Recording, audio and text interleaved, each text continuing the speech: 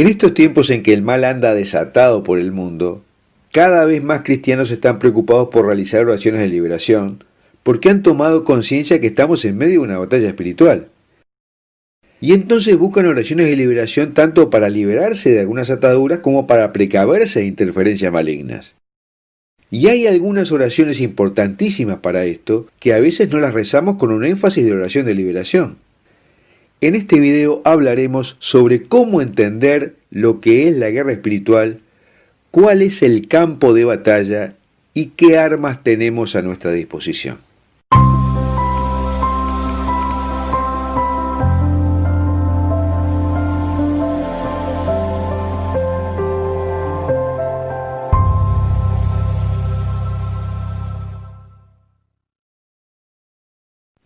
Guerra o batalla espiritual es una frase que usan los cristianos, pero la verdad es que muchas personas no saben completamente qué es o qué hacer al respecto. Veámoslo en detalle. Ya sea que estés convencido o no, Dios te creó por una razón. Él te creó para conocerlo y experimentar su amor. Él te creó para que ames a los demás como te amas a ti mismo, y para que uses tus habilidades y talentos para el bien del mundo, para guiar a las personas hacia Él con tu ejemplo, para testimoniarlo. Sin embargo, Dios tiene un enemigo mucho menos poderoso que Él, pero enemigo al fin, conocido como Satanás o el diablo.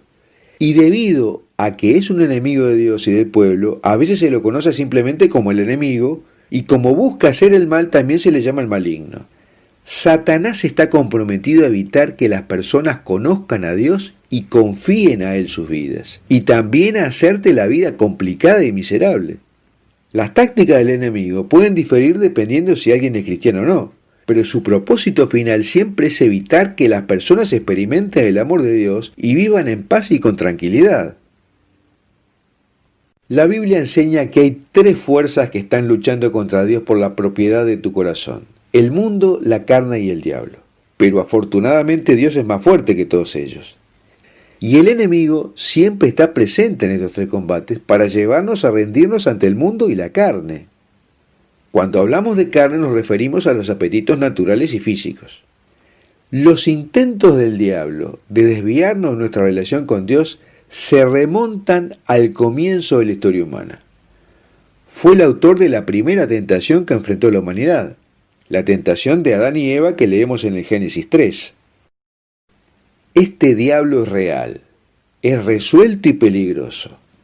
Es más astuto que cualquier animal salvaje. Él viene junto a ti fingiendo ser un aliado. Él te engaña tratando de ocultar la verdad de que Dios te habla. Intenta plantar dudas en tu mente sobre las cosas que Dios ha dicho. Él quiere que pienses que Dios te está restringiendo cuando en realidad te está protegiendo. Él te alienta a rebelarte contra Dios, diciéndote que mereces ser la máxima autoridad en tu vida.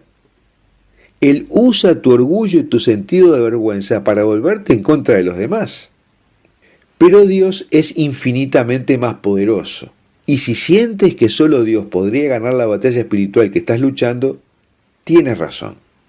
Entonces, tráelo a Él en la oración y déjalo hacer lo que mejor hace: pelear tus batallas.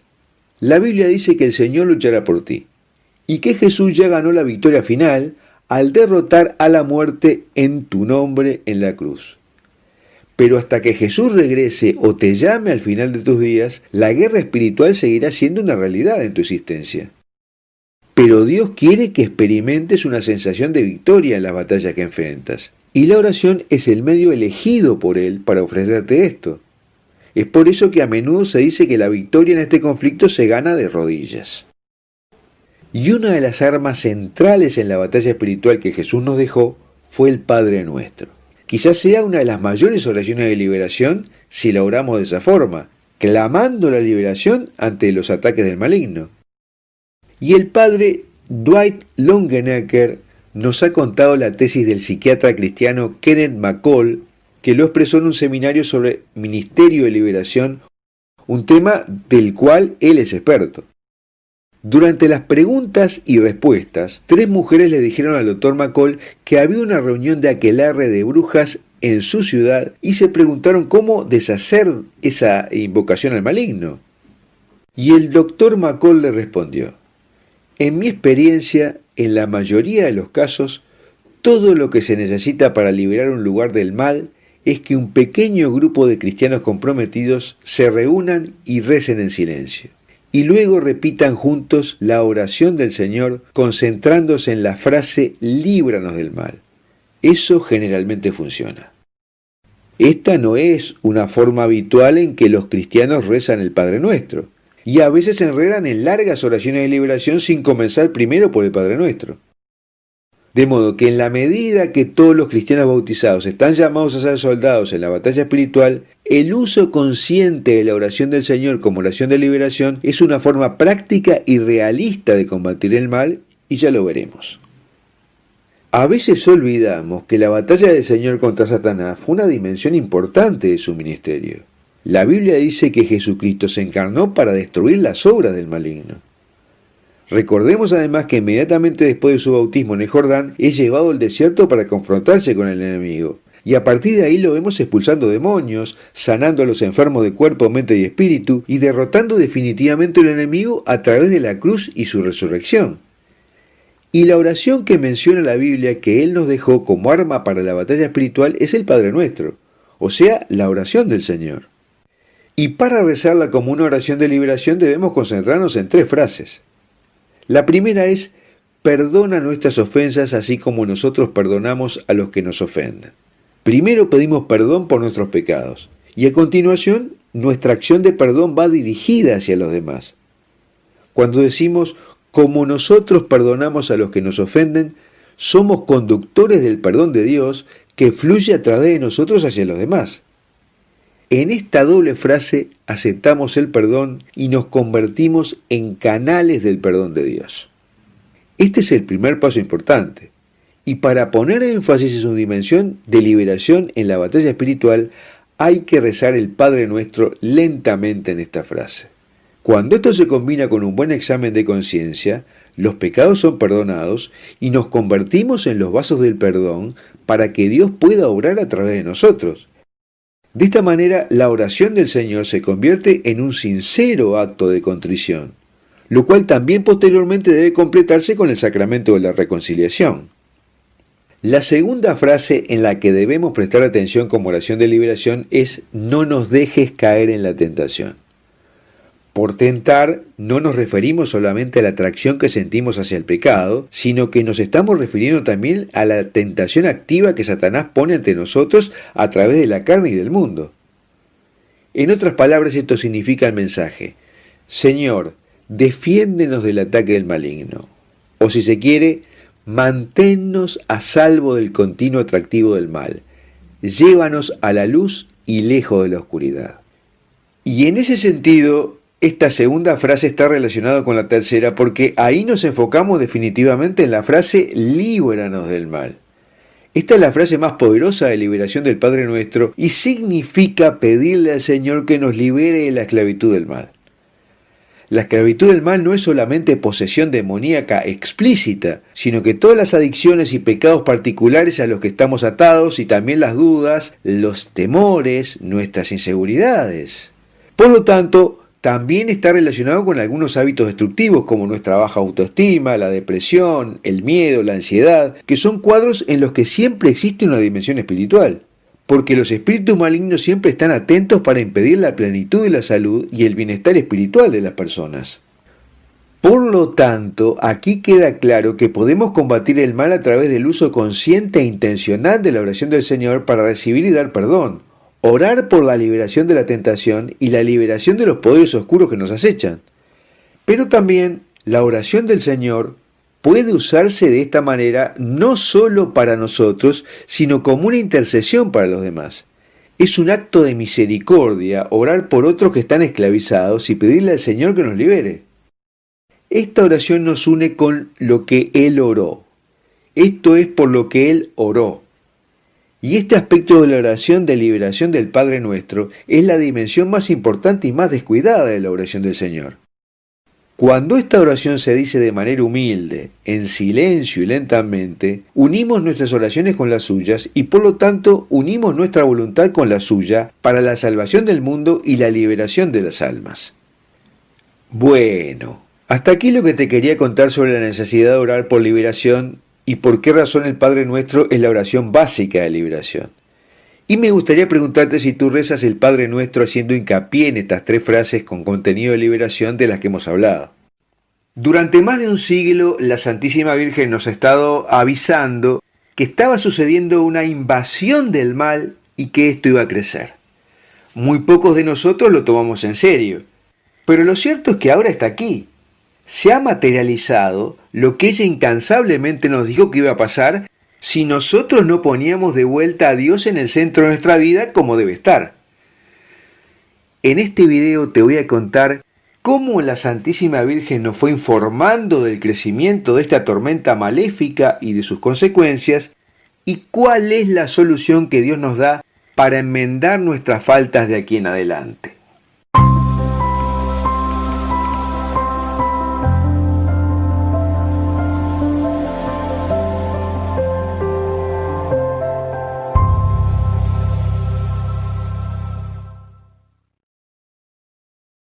El avance de la oscuridad ha estado con nosotros desde hace décadas. Ha ensombrecido nuestras familias, nuestras comunidades y sociedades, y ahora parece que se está generalizando a todo el mundo. Fíjense esto.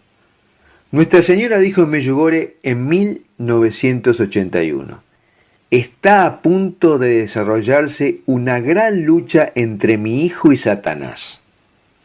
Y en 1983 dijo, no puedes imaginar lo que va a suceder ni lo que el Padre Eterno enviará a la tierra. Luego, en 1985 dijo que ha llegado la hora en que el demonio está autorizado a actuar con toda su fuerza y poder. Y en 1987 ya sentenció, la oscuridad reina sobre todo el mundo. Y esto mismo lo declaró con mucha claridad Karol Wojtyla en Nueva York en 1976, cuando aún era cardenal. Él dijo, ahora estamos frente a la mayor confrontación histórica por la que ha pasado la humanidad. Ahora nos enfrentamos a la confrontación final entre la Iglesia y la antiiglesia, entre el Evangelio y el antievangelio. Esta confrontación se encuentra dentro de los planes de la divina providencia. Es una prueba para el mundo y la Iglesia, y una prueba de 2000 años de cultura y civilización cristiana.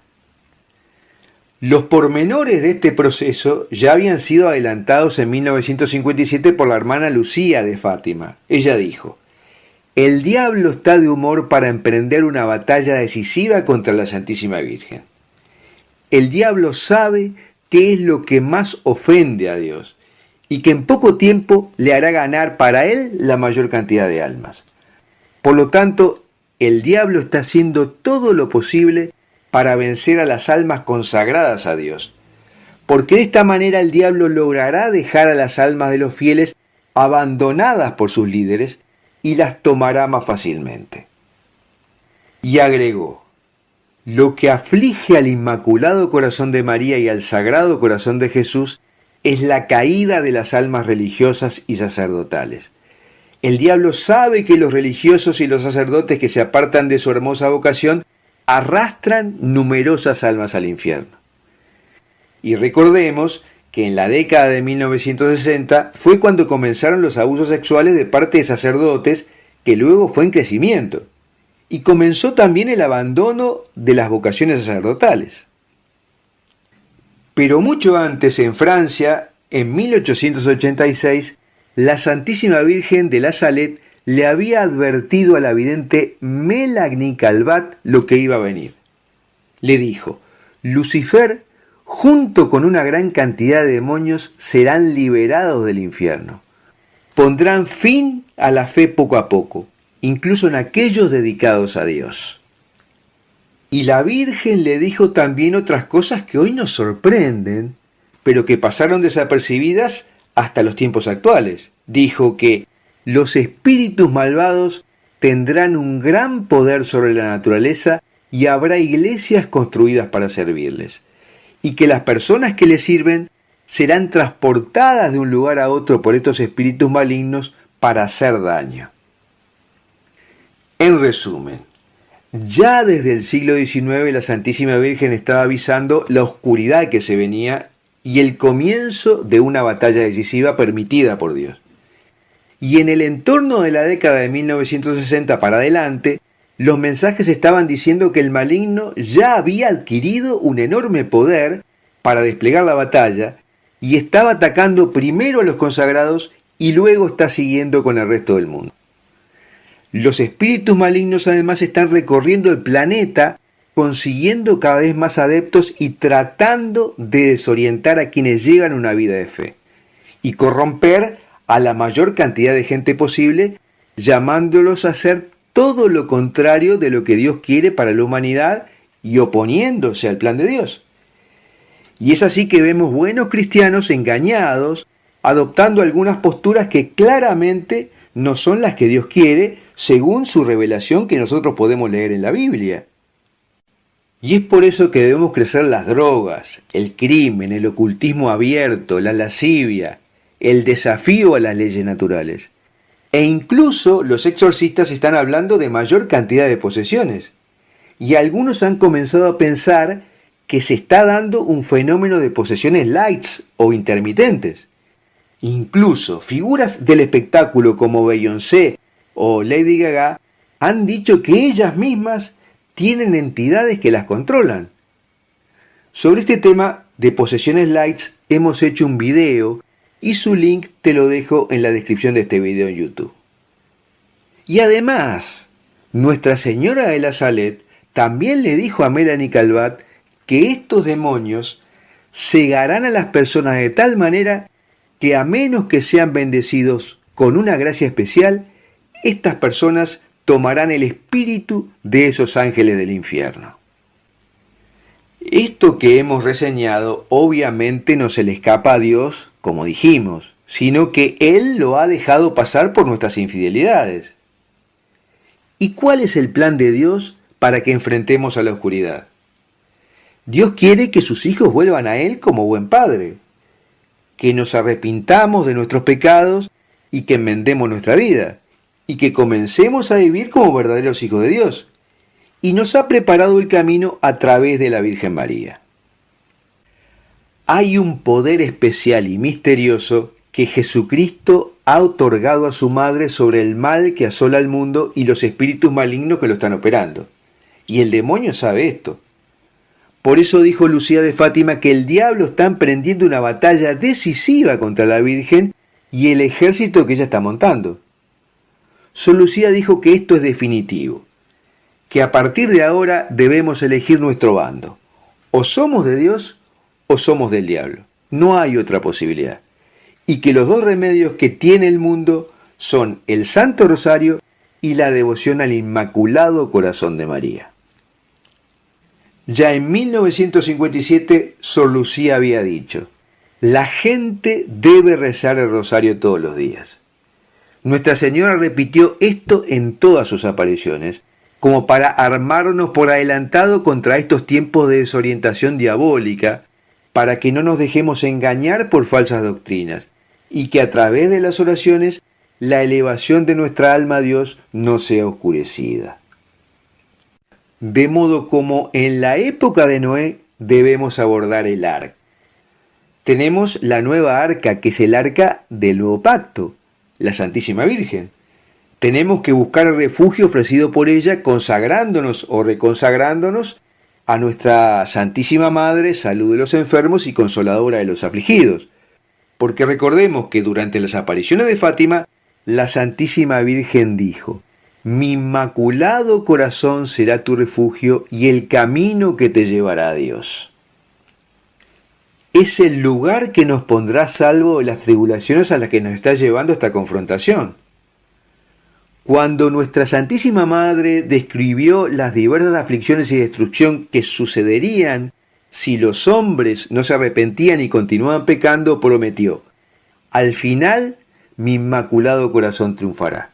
Y San Bernardo de Claraval dijo: en los peligros, en las dudas, en las dificultades, piensa en María, invoca a María, no dejes que su nombre salga de tus labios. Y como dijo San Griñón de Montfort: Cuanto más te consagres a María, más te consagrarás a Jesús.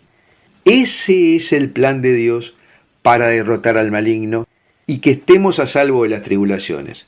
Porque no olvides que las tribulaciones que están llegando, Dios las ha dejado pasar y espera sacar algo bueno de ellas. La conversión de todos nosotros. En la descripción de este video en YouTube te dejo un par de links a artículos que hemos escrito sobre la consagración a la Virgen María. Ahí encontrarás todo lo que necesitas para consagrarte o reconsagrarte. Y ahora me gustaría preguntarte si tú crees que la gente que tienes alrededor siente que debe comenzar a orar el rosario y consagrarse a María.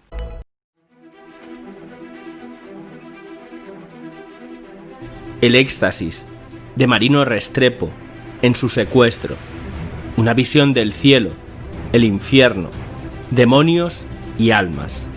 Obtenemos este artículo de religionenlibertad.com. Marino Restrepo lleva más de 20 años evangelizando, sin descanso, como si cada día fuera el último. Lo hace a través de la asociación Peregrinos del Amor, centrada en este anuncio del Evangelio, y por el cual ha predicado ya en más de 90 países.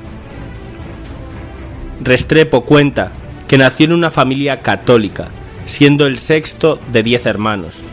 Hasta los 14 años creció viviendo las tradiciones católicas hasta que fue enviado a Bogotá a continuar con sus estudios. En plena revolución de los 60, este adolescente pronto cayó en el estilo de vida hippie, el orientalismo, las drogas, el movimiento pro aborto y todo lo relacionado con la revolución sexual en marcha. Pasaron pocos meses y dejé la fe católica. Me embarqué en una vida entregada a la nueva era. Cuenta este misionero que recuerda que desde aquel momento entró en una realidad oscura y peligrosa. Se trasladó a Los Ángeles, donde en el mundo del espectáculo consiguió mucha fama y dinero. Me centré en el dinero, la fama y el poder. Esos eran mis dioses. Vivía encantado con esto y nadie en todos estos años me habló de Dios. Así llegó el año de 1997, donde viajó a Colombia a ver a su familia. Llena de sufrimiento en ese tiempo, tras la muerte en un corto periodo de tiempo de su esposa, 2 de sus hermanos y sus padres. Sus 4 hermanas vivían este duelo cristianamente, pero él, que creía en la reencarnación, lo veía desde otro prisma. Secuestrado por las FARC. Fue este viaje el que dio un vuelco total a su vida. Una de sus hermanas le pidió que por favor la acompañara a la novena de Navidad del Niño Jesús, pues gracias a ella se podía conseguir una gracia especial. Para mí, que era materialista, pensé que gracia era algo parecido a suerte. Le pedí un cambio de vida, aunque obviamente lo que pedía eran más cosas del mundo. Sin embargo, él me cambió la vida en esa Navidad, pero a su manera, cuenta Restrepo. Esto ocurrió el 25 de diciembre de 1997. Tras un día entero de fiesta y emborrachándose, se fue a dormir a la plantación de café de su tío. Al llegar, de repente fue asaltado y secuestrado por 6 guerrilleros de las FARC. Amordazado y encapuchado, Marino fue llevado a la selva y encerrado en una cueva llena de alimañas. De los 6 meses de cautiverio, los 15 primeros días los pasó allí pensando que no sobreviviría, pues el jefe le había dicho que le matarían sí o sí. La experiencia mística que transformó su vida. Entonces se produjo este éxtasis. Aunque su cuerpo seguía en la cueva, él se vio a la edad de 3 años jugando en el patio de su casa, y así fue reviviendo toda su vida, así hasta que pasó algo doloroso. En esos 33 años alejado de Dios, mi conciencia se había dormido, pero de pronto esta conciencia se había despertado.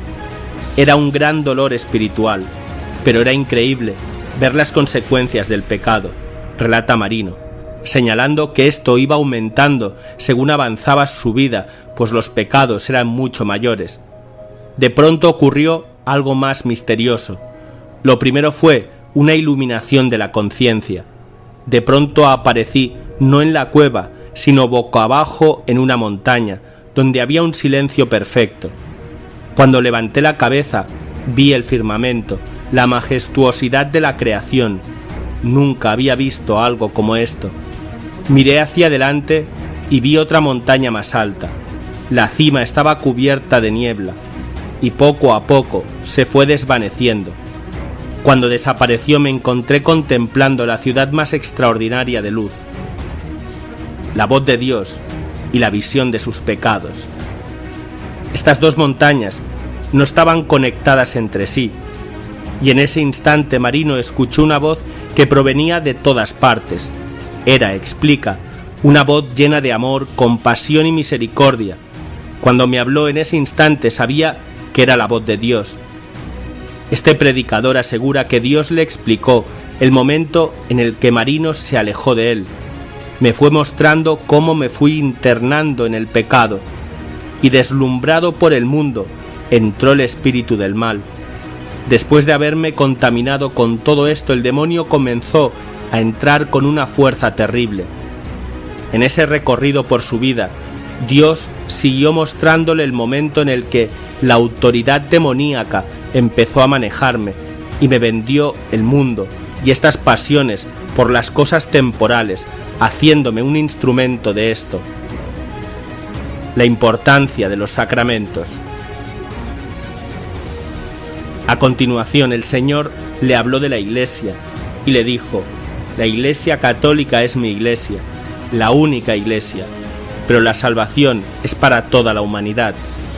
Y a continuación le mostró el sacramento de la confesión, el arma poderosa que nos permite mantener la amistad con Dios. En este punto, Marino pudo ver algo terrible, y que era ver que el pecado mortal es una persona, un nombre propio, y que cuanto más tiempo estemos en ese pecado, más espíritus de esa legión vienen a nuestra vida. Cada día hay una batalla por nuestra alma. Después Dios le mostró la fuerza de la Eucaristía, me presentó la realidad de la misa, de la consagración de las especies. Cada vez que se celebra la Eucaristía, disminuye la fuerza del demonio contra las almas. Si somos católicos preparados para recibir la Eucaristía y somos instrumentos eucarísticos de reparación, al llegar al altar y recibir la Eucaristía, nos convertimos en antorchas de luz. Somos sagrarios vivos por donde vamos y los demonios huyen por donde pasamos. Bendecimos los lugares por los que pasamos, señala Marino Restrepo. Una visión del infierno. A continuación ocurrió uno de los momentos más extraordinarios de este éxtasis, el hecho de poder ver el cielo, el infierno y las almas del purgatorio. Aparecí en un lago en el que el agua me llegaba a la cintura. Al frente vi una roca preciosa, color oro viejo. Era muy grande, y arriba veía una cabeza que miraba de lado. Luego en el lago vi una bruma, y de ellos salían los espíritus del mal. Eran cientos de ellos, y cuando miraba a alguien de ellos veía perfectamente el pecado. Si no hubiera tenido pecado, no estarían en ese lugar. Pero eran 33 años alejado de la Iglesia, recuerda. A renglón seguido, Marino vio cómo Satanás tenía trazada mi vida perfecta hacia un abismo. En ese abismo pude ver perfectamente el infierno. Es imposible describir lo que vi en ese abismo. Es algo espantoso. Las almas del purgatorio y el cielo. Al otro lado, sin embargo, pudo ver a las almas purgantes. Estaban ascendiendo poco a poco hacia la luz, que estaba encima de la roca. Estas almas, a pesar de las complicaciones, estaban resolviendo lo que quedó sin resolver en la vida terrena. Son preciosas a pesar de que muchas parecían como deformes y no tenían claridad, pero estaban llenas de amor, explica. Encima de Marino estaba su ángel guardián, que le mostró más cosas de aquel lago. Entonces cuenta que después la roca se llenó de manera extraordinaria de luz. Era la misma luz que vi en esa ciudad de la montaña. Sabía que esa luz era Jesús. Miré hacia el lago porque no podía mirar esa luz. Luego sentí una presencia y miré de reojo y vi que era la Virgen. En ese momento salió del éxtasis y volvió a la cueva en la que se encontraba secuestrado. Sabía que había vivido algo extraordinario. Estuve 5 meses y medio más secuestrado. Yo ya era una persona transformada, pero en ese momento no sabía cuánto. Ahí empezó la vida de este predicador y evangelizador incansable. Y hasta aquí este vídeo sobre el éxtasis de Marino Restrepo en su secuestro. Con el tema del día, ¿realmente te espía el micrófono de tu teléfono? ¿Y para qué? La ciencia se ha incrementado que la tecnología está lista para el sistema de control total y mundial del anticristo. Daniel capítulo 12 versículo 4, Apocalipsis capítulo 13 versículos del 5 al 7 y versículos del 16 al 18 y capítulo 14 versículos del 9 al 11.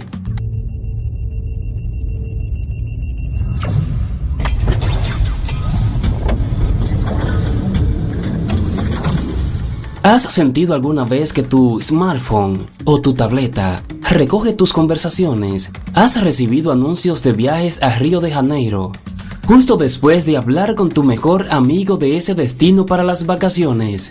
¿Leyenda urbana o realidad? ¿Realmente me escucha mi teléfono? La proliferación de micrófonos en nuestros celulares y los altavoces inteligentes, como el sistema Siri de Apple. ¿Cómo te llamas? Me llamo Siri, pero ya lo sabías. Cuéntame un chiste.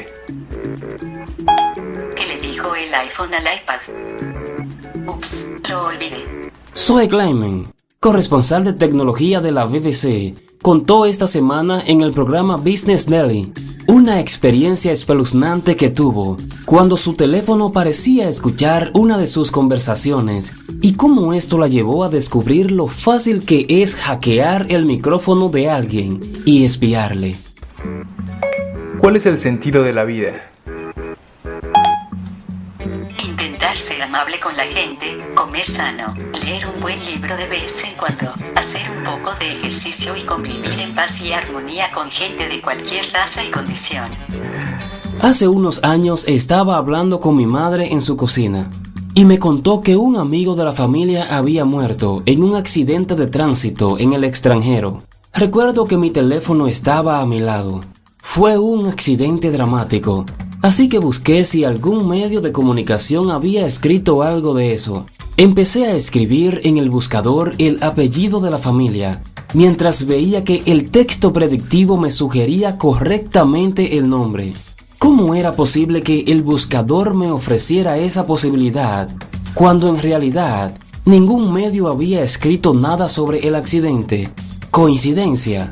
Puede ser. Pero Clement empezó a investigar si realmente era posible que nuestros dispositivos estuvieran recogiendo nuestra voz. Para ello, llamó a un experto y le desafió a crear una aplicación que enlazara el micrófono de su smartphone con una laptop. Lo que me pareció más alarmante de todo es que fue capaz de desarrollar esa aplicación en un par de días.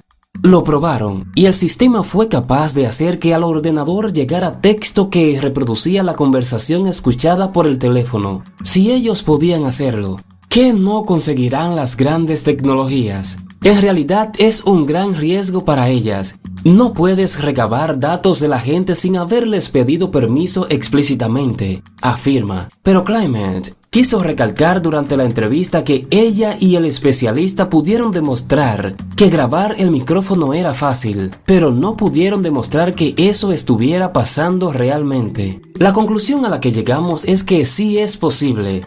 Es probable que haya gente intentando activar el control portavoz, Nos hemos rodeado de estos dispositivos y nos están escuchando a la espera de palabras de control que los activen, dice. Pero sí hay alguien que demostró lo fácil que es hackear el micrófono de alguien.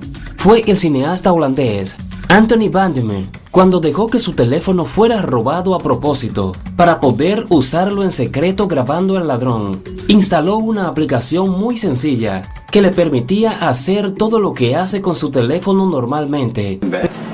En kreeg een berichtje. Nieuwe simkaart erin. Simkaart erin. Arabisch nummer. Esa aplicación iba a funcionar siempre, incluso aunque el ladrón reiniciara el smartphone. Podía ver los contactos, los mensajes, grabar audio, video, tomar fotos, dice. En definitiva, tenía acceso a todo. Me di cuenta de todo lo que compartimos con nuestros teléfonos y de que es el dispositivo perfecto para espiar, porque la gente lo lleva todo el tiempo consigo. Tiene micrófono, cámara e incluso GPS que te permite saber dónde está la gente. No nos damos cuenta del daño que puede hacer, afirma van der Meer. Por ejemplo, el cineasta supo de su ladrón tras mirar los registros del GPS, que frecuentaba albergues para gente sin techo. Además, grababa 30 segundos de conversación 2 veces al día. Si le parecía interesante, grababa más tiempo. La aplicación que había descargado en el teléfono que fue robado le permitía incluso ver cuándo el teléfono estaba online y le mandaba un texto de las conversaciones que grababa a su mail. Es una aplicación muy útil y fácil de manejar, asegura. Además es un software legal y no muy caro. Creo recordar que me costó unos $5 la suscripción de por vida. Otra de las cosas que destaca van der Meer es el poder del micrófono. Incluso aunque lo llevara metido en el bolsillo, las conversaciones eran bastante claras y nítidas. En realidad, asusta mucho saber que incluso para una persona como yo, con unas habilidades tecnológicas limitadas, es muy fácil. Y cuando es tan fácil hacerse con tus datos, la extorsión o el chantaje están solo a un paso. La aplicación puede hacer streaming, es decir, grabar en directo lo que esté haciendo la persona en ese momento, ya sea en video o audio, cuenta el cineasta. Si estoy en una conversación delicada, dejo el teléfono en el microondas. Y si quiero estar completamente segura de que no me escuchan, lo enciendo durante 30 segundos, dice la experta en seguridad, Lisa Ford, bromeando sobre destruir tu smartphone como una medida para proteger tu intimidad.